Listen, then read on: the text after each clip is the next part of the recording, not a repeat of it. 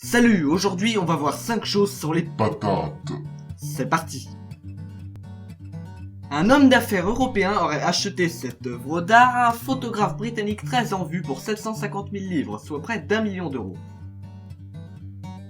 Une envie subtile d'acheter des pommes de terre à 3h du matin, c'est possible désormais. Accessible 24h sur 24 et 7 jours sur 7, ce distributeur automatique de pommes de terre a été mis en place Noël dernier par 3 frères agriculteurs.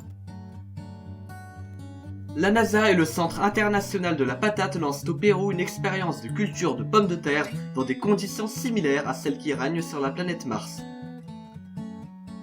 Ces pommes de terre sont des variétés dont la chair présente une coloration allant du rouge clair au pourpre violet foncé. Cette coloration, totale ou partielle, provient de l'accumulation d'anthocyanes, c'est-à-dire d'antioxydants.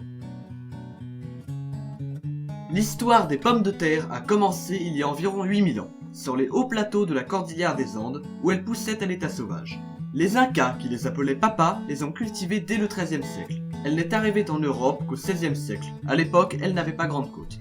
C'est finalement par la Russe que Antoine-Augustin Parmentier réussit à faire entrer la pomme de terre dans les mœurs de consommation française. Il les fit pousser aux aurées de Paris. Gardés le jour, les Français voyaient un champ bien protégé. La valeur de ce qu'il contenait devait être très grande pour être aussi bien gardé. L'intérêt pour cette plante étrange monta en flèche à leurs yeux. Mais la garde se retirant la nuit, le champ était alors ouvert à tous les chenapans venus voler le trésor protégé pendant le jour. C'est ainsi que l'image négative de la pomme de terre fut dépassée en France et qu'elle entra dans les habitudes de consommation des Français jusqu'à l'heure d'aujourd'hui. Et voilà la fin de la vidéo, j'espère qu'elle vous aura plu. Si c'est le cas, n'hésitez pas à vous abonner et à la prochaine. My life, it's potato.